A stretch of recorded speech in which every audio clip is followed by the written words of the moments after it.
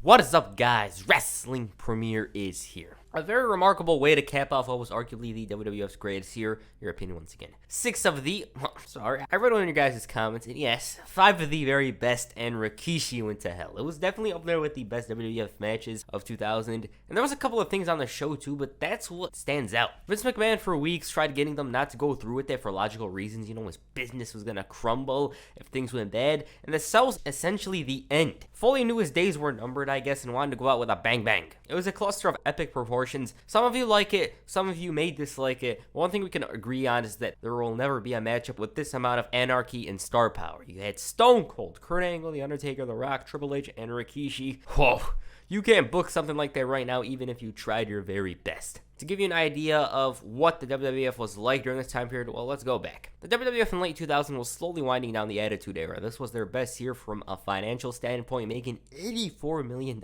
in profit, and most of that money went to the XFL, but still, the original number is just honestly crazy. The product itself was at an all-time high in terms of quality. Every star was there. WCW was in the dust. There was no worry about the competition overtaking them, and life was good in the World Wrestling Federation. At this point, Stephanie McMahon became the head of creative. That stretch from Rumble to WrestleMania 17 was absolutely incredible, and it's definitely up there with my favorite runs in the Attitude Era. The other being, the road to WrestleMania 15. Fun stuff. Okay, Armageddon 2000 was held in the Birmingham Jefferson Civic Center in Birmingham, Alabama on December 10, 2000. 14,920 were in attendance to witness the end of the Coffee feud, and the buy rate was a ridiculous 465,000. Alright, before this video starts, I just want to give you an update on the John Cena video. I'm currently on Umaga, the Rumble arc. That's the 20th minute. I'm up there right now. Kind of motivated to finish it in the coming days, and hopefully I do just that. I really want you guys to watch. I think you guys are really going to love that video.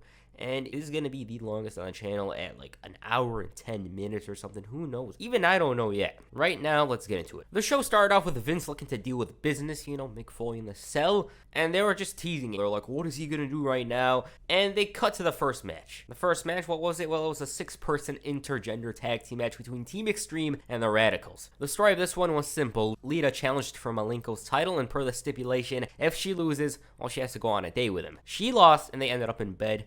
Malenko gets his ass beaten. It was all just a ploy. The Radicals at this point had just reformed for the first time in 5 months, so they were all on the same page. You can't deny your feelings for me. You know there's a chemistry between us. There was chaos in the beginning. Hardys take early control, but Perry puts a stop to it all. Eddie sucks chants intensified for no reason, I assume China, and he enters. Eddie gets a few moves in before getting elevated. Jeff comes in, the crowd was just hot. Lita behind the ref hits a twist of fate. Eddie takes a swanton and he's eliminated. Oh yeah, I forgot to mention it's an elimination match. Team Extreme hit the double team. Second attempt is unsuccessful and Perry hits the Death Valley driver. It's 2-on-2 now. Back and forth action. Terry gets involved, so does Dean, but this doesn't mean much because Matt hits the twist of fate. And this upset Terry, who received the sphere, so it's 2-on-1. Malenko runs in there and scores an elimination, and the damn ref didn't make it easy for him.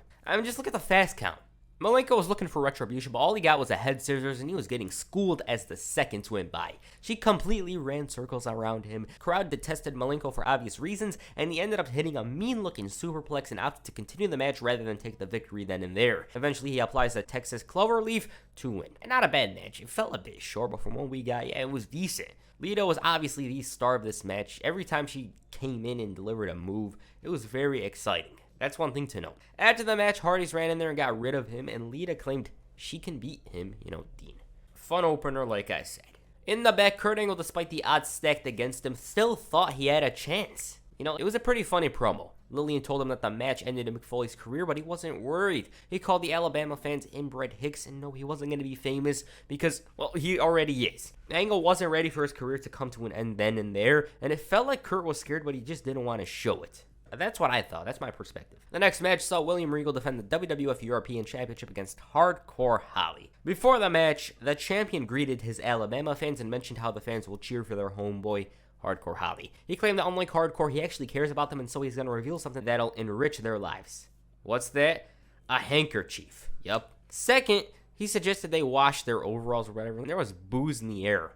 And number 3, they should stop loving their farm animals. This initiated loud asshole chants all over the arena. Hardcore Holly heard enough and walked down to the ring, and he was a native of Mobile, Alabama, so the crowd was going to cheer. He quickly got rid of the champ, slugfest on the outside. Regal finds an opening, throwing Holly into the post. Back body drop from Holly, and Holly goes up top but fails. Regal rebounds with a superplex, and tries to wear out the champion with several covers. He goes for the bow and arrow. Hardcore struggles but escapes. He countered a hold into a slam. He goes up top, but this gets him a 2 count. Bounce off the ropes, but he walks into a power bomb. Regal goes for the stretch, but Holly's already at the ropes. All of a sudden, Raven, I don't know why in the hell Raven is out here, comes in and DDTs Hardcore to give way to Regal retaining the title. It wasn't bad, but it's not something you'll be thinking about. It's basic, and that's all I have to say about it. The crowd would have popped, though, if Hardcore won the title. That's one thing for sure. In the back, Kevin Kelly interviewed Rikishi and asked about the possibility of Triple H turning on him. He was like, I don't care because we will find out what I'm willing to sacrifice to become the WWF champion. And I'm just thinking, like, why in the hell did they turn him to a bad guy, a heel? Well, this guy just had so much momentum as a babyface. He comes out and dances, and the crowd just absolutely loved him. Why didn't they keep him like that, huh? I mean, how are you supposed to take this guy seriously as a bad guy if his music, he comes out to that song, I'm a bad man, yet he shakes his ass around, wears that thong? I mean, whenever I think of Rikishi's heel run, I always think about The Rock, so there's that. Shut your mouth, you thong-wearing fatty! The next match was between Chyna and Val Venus of the Right to Center. Okay, if you watched my video on the Chyna and Eddie Guerrero thing, you know that one of the RTC's main targets was Chyna. The thing was slowly boiling up, and eventually it reached the boiling point, but on this night, it was just a normal match. The Ninth Wonder of the World was impatient and ran out there to brawl with Val. Ivory got her ass whooped too, and once the bell rang, Chyna was completely aggressive. The ref reminded her of the rules, and she was continuously persistent in the attack. Val takes a DDT, but luckily kicks out, and he finally fought back with a Russian leg sweep. Ivory provided an assist on the outside, and in the ring, despite taking the moves, she was kicking out. There was clearly some fight in her, but Val opted to fight dirty, to gain the upper hand. He misses the elbow, and Chyna responds with a flurry of punches. Comeback sequence. Val manages to counter with a power slam and goes to the top. Money shot isn't to be. Ivory gets involved, and this gave way to a fisherman suplex from Val, who wins. Once again, it felt very basic TV-like. It wasn't that interesting, to be honest. It just wasn't as good as the previous Chyna matches for me. Chyna grabbed Ivory, and just as she was going for the powerbomb, Val comes in with a blue thunder bomb, I guess. Like I said, it was just there. It wasn't that engaging compared to other Chyna matches. Like, whenever Chyna used to compete, it was way more exciting than this one. That's one thing I should know. Backstage, Stephanie McMahon is begging her father to do something about the Cell match, reminding him of Triple H's injuries from earlier in the year. She was worried something terrible was going to happen to her husband, and this was right after the poor guy, well, not poor guy, he actually deserved it in kayfabe, got thrown off a forklift. So yeah, that's why she was scared. She was worried about his well-being. Meanwhile, they showed an interview from early in the day of The Undertaker talking about the Hell in a Cell match. He was talking about how he craved ripping off a man's face and how the Cell allows him to do that. He mentioned Shawn Michaels and how he bled and bled and bled, and it was a rush for him. Like, he just enjoyed seeing somebody bleed and struggle like Shawn Michaels did on that night. Taker knew that if he was in this environment, there was nothing like it. That's how good it was in his sick mind. His reasoning for all of this, other than the fact that he enjoys it, is that he has to do it to others before they do it to himself. The beating HBK received was unlike anybody else's at the time, but Mick Foley, it's a whole other story. It was the most vicious The Undertaker ever felt, that's what he's talking about. And basically, The Undertaker was promising to make somebody famous tonight. In the arena, Mr. McMahon and his associates decided to pay a visit.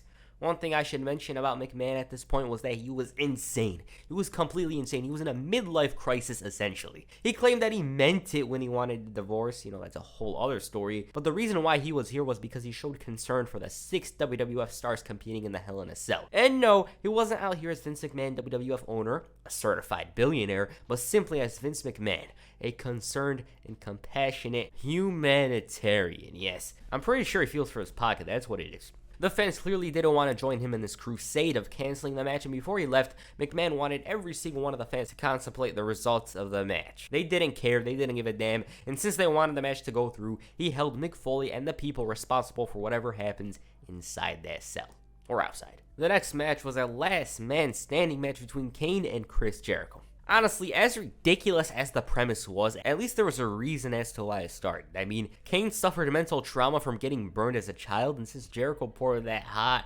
steaming coffee on him, it reminded him of his past, and he wanted to do something about it.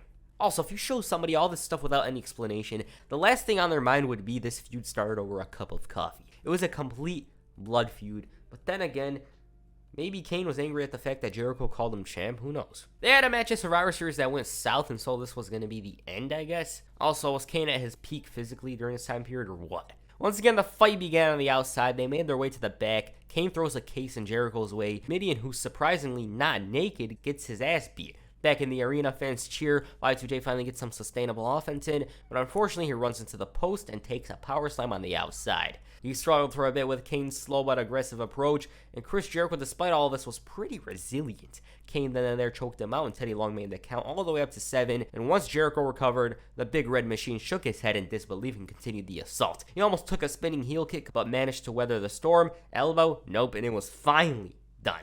The lion salt, though, wasn't to be. Kane goes up top and scores with the clothesline, and he patiently waits for the 10 count. Either way, doesn't matter. If Jericho stays down, well, I win the match. If he gets up, I'm going to kick his ass. Jericho recovers and continued taking punishment. All this over a cup of coffee? Come on. Then Kane hit the choke slam, and it was all but over. But at the count of 9, Chris Jericho stood up, and Kane was getting angry. He brings in a chair and drives it into the spine, tries going for the tombstone, but it wasn't to be, and Y2J hits a low blow and a DDT, and it was starting to become an even playing field. Once both men got up, Jericho goes in with a headshot, but the big red machine didn't stay down. Y2J was finally on the offense once again, and he sacrificed himself with a lion saw onto the chair, but it still wasn't enough. He ran into a boot and was unceremoniously thrown over the top rope. He was very courageous, but all the damage he inflicted just wasn't enough. They brawled in the staging area. Jericho almost takes a chokeslam, but sends Kane's face right into the table, and he ends up having enough and so pushed the barrels right above Kane. He's buried under there, and Teddy Long makes the count, and this ended up being enough for the victory. Yeah, compared to the fully loaded match, this was weak as hell. Nonetheless, there was some bright spots, and so far as my favorite match, but that's not saying much. It was kind of weak for me, you know. Maybe I expected more, to be honest, but something was off with it for me. What do you guys think about this match? Please comment down below. Do you guys feel the same? Do you guys think it was awesome or something? Just mention your opinion on it. Backstage, the coach asked Mick Foley about the main event. He thought Kane being buried under the barrels isn't really a good omen. As for the cell match, well, it's still on, but he's going to be real happy when it's over with because he was stressed out over what the hell was going to happen inside the cell. At WWF New York, Shawn Michaels made a rare appearance, and at this point, HBK was still under contract doing nothing. He spoke about the first cell match and agreed with The Undertaker, stating that he's a different man. That is all he said. After the match, I became a different man, whatever. Funny enough, around this time period, he was actually preparing for an in-ring return, but his attitude and his personal problems got in the way. He even signed a contract in March of 2001, but it didn't happen. He ended up being sent home due to his attitude or whatever, and then he finally cleaned up his act. He got over the demons, his personal problems, and returned about a year later. The next match was a 4 corners tag team match for the WWF Tag Team Championships. Edge and Christian, the Dudleys, K-Quick, and Road Dogg challenged the Right to Censor for the titles. Okay, it's funny seeing the truth around here. This was around the time where the Dudleys trolled RTC into thinking that you were joining their group. RTC attack in the beginning, leaving no room for Devon. Bubba had to get involved in order to put a stop. Road Dogg tags himself in. Edge tags himself in. Cool spot with the dog and Bubba shaking, rattling, and rolling. We want table chants intensified. Quick comes in and he's just fast, elusive, and athletic. Christian, though, attacks his shoulder and they tag in and out, isolating that shoulder. He struggled with this and the crowd continued chanting, "We want tables," and this was definitely by far the loudest chant of the night. We want tables. Good Father gets irritated and delivers a rough tag. The RTC took it from here on, and Edge was a jealous one. He managed to tag himself back in, and it was back to square one. Quick finally fights back with a reverse neck breaker. The babyfaces get the crowd back into it. Bubba returns, and he makes Christian look like a joke. RTC also, and everyone brawled in the ring. K-Quick goes over the top rope, gets caught and receives a shoulder break. Our Road Dogg comes in with a clothesline, and he gets a super kick from Stevie Richards. And in the ring, the fans are going absolutely crazy over the wasa. They're thinking of getting the tables. They bring them out and whack the RTC with it and return to the ring where they hit the clothesline. Christian breaks the fall. Bull Buchanan receives a 2D, I guess. Good Father gets a 3D. The duo were completely dominating, but Stevie crashes the party and Edge hits the spear on Bubba Ray to capture. Well, he kicked out. Ref gets distracted and Christian hits the unprettier, and that's enough. You know, I'd compare this one to the opener. It was at some points exciting. The Dudleys were the fun ones along with K-Quick. E&C did what they do best, and that's capitalize, so it was more than decent for me. Yeah. I felt this could have been the opener, but whatever. In the back, Stephanie tried convincing Triple H not to go through with it, but he wasn't having it. Sure, he was coughing up blood for weeks, but it doesn't matter to him because it'll be all worth it. Why? Because he's going to win the World Wrestling Federation Championship. The next match was for the World Wrestling Federation Intercontinental Championship. The one, Billy Gunn defended the title against Chris Benoit. For some reason, Jim Ross, JR couldn't get over Billy wrestling with earrings on. Collar and elbow type to start things. Billy goes for a couple of takeovers, near fall. They fought on the outside, and this is where Benoit took complete control. He saw Billy feel pain in the knee thigh area and capitalized. JR and Jerry Lawler believed it was only a matter of time before he targeted the earrings. He was shouting for Jesus, and it was clear that he was in pain. Benoit goes for the figure 4, which initiated a bunch of woos from the crowd, and despite the pain, he still had some fight in him. Problem with this was the fact that he wasn't as fast as he previously was, and this gave way to Benoit taking the advantage once more. The challenger missed the headbutt, and this gave way to a Billy Gunn comeback. He actually hit the famouser, but Benoit kicked out, and at a moment's notice, though, he found himself in the crossface, but luckily the ropes were there. He started getting desperate, going for the inside cradle, but this opened him to the crossface. He taps, and the Rabid Wolverine was the new WWF Intercontinental Champion. You know, I like this match. They told a story in there with the knee, and it showed that Benoit was a vicious animal. He took advantage of the knee. Add to that, the crossface could make anybody tap. Well, Billy had no chance. It was essentially a long squash match that I thought was pretty cool. After this, Benoit would have a classic with Jericho at the Rumble, and Billy would never touch a singles title in the WWF. They showed a segment from earlier in the day of Jim Ross speaking to his friend Stone Cold Steve Austin. Once again, same story. He was looking for the title, and bottom line, he wanted the match to get started so he could whoop somebody's ass. The next match was for the WWF Women's Championship. Molly Holly and Trish Stratus challenged Ivory for the gold. You know, this match happened 2 years later. Not only would they have more time, but it would have been way better. Molly quickly brings the fight to Trish, all while Ivory's watching from a distance. Cool moment there. Both Ivory and Trish worked as a team for 2 seconds. They pushed each other until Molly comes in with a crossbody. Ivory gets tossed over and Molly hits a powerbomb, but Ivory steals the victory. Yep, it was that abrupt. Yeah, she retained the title just like that. That's it. Abrupt ending or not, you can't really judge matches like this. Molly was the clear star though. After the match, TNA come out, and Crash tries to make the save because they were going after Molly. The APA then made their return after 2 months in attack, and what a clothesline that was. They had disappeared about a couple of weeks earlier due to those two, and now they were returning the favor. So yeah, that clothesline though, I'm not going to forget that. That was one of the major spots of the pay-per-view for me. It looked so damn rough. In the back, Kevin Kelly interviewed The Rock. Rocky chants in the air, and he gave that passionate promo about the cell stating that if he's got to go there and face 5 pissed off wrestlers, he'll do it. If he has to go out there and put his career on the line, he'll do it. He's going to walk straight into hell and walk out WWF champion.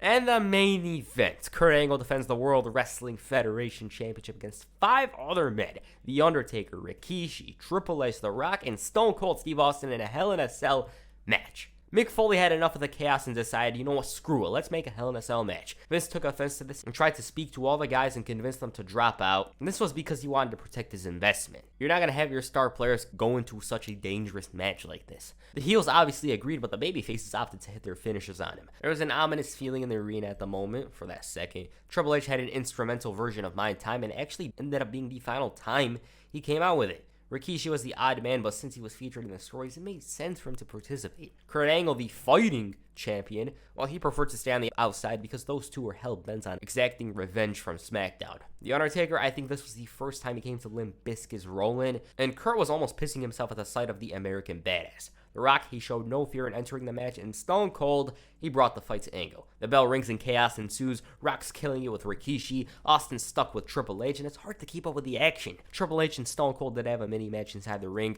Rock and Angle went at it. Samoan dropped from the gray one, but it's a near fall. On the outside, Triple H hits a suplex. They traded opponents. There was finally some raking going on.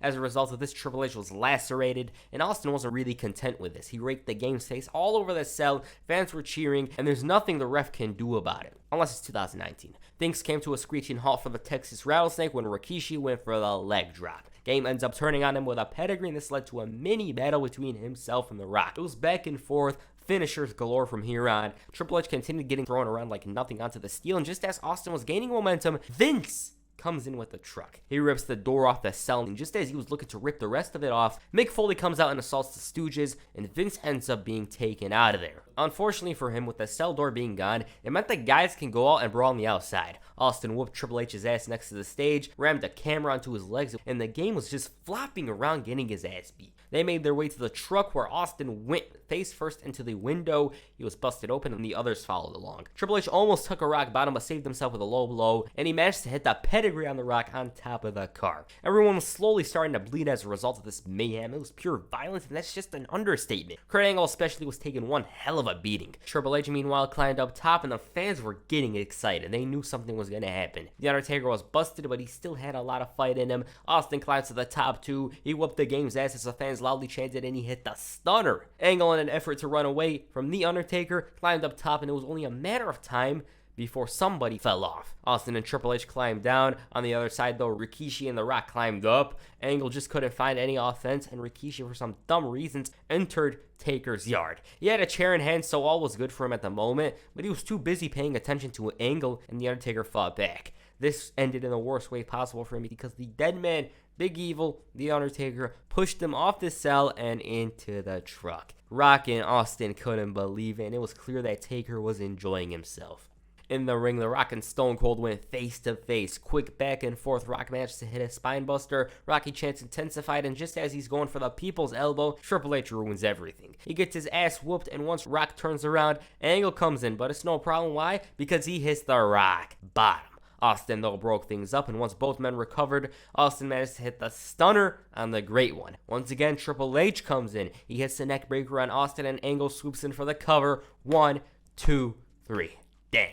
That was crazy. I know some people didn't like that Rikishi spot, but still. I'm going to talk about it in a couple of seconds, though. Just as Angle gets up and celebrates, Austin comes in with the stunner. You know, I can't really dislike this match. It has 5 of the very best the Attitude Era has to offer. Also, Rikishi's spot, you know, that moment may look unimpressive, but the guy fell right on his back. Slight miscalculation and things could have been very, very, very bad. There's a story about how Shane McMahon took the bump not once, but twice to show Rikishi that it's doable, and I swear he's just looking for an excuse to jump off stuff. Rikishi actually suffered permanent hip damage from the spot, so it wasn't really that safe. Overall, a really enjoyable match that may have some flaws, but who cares? Why? It's just a wild match, that's all. It's one of my favorite matches of 2000.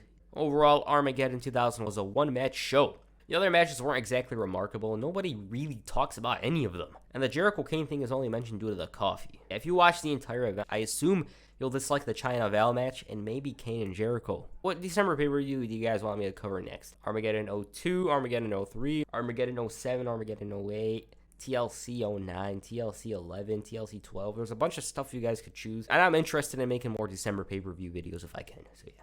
What you guys think of Armageddon 2000? Please comment down below. And that's your first video. Make sure you hit a rock bottom on the like button and perhaps the Stone Cold Stunner on the subscribe button. Peace. I'm out.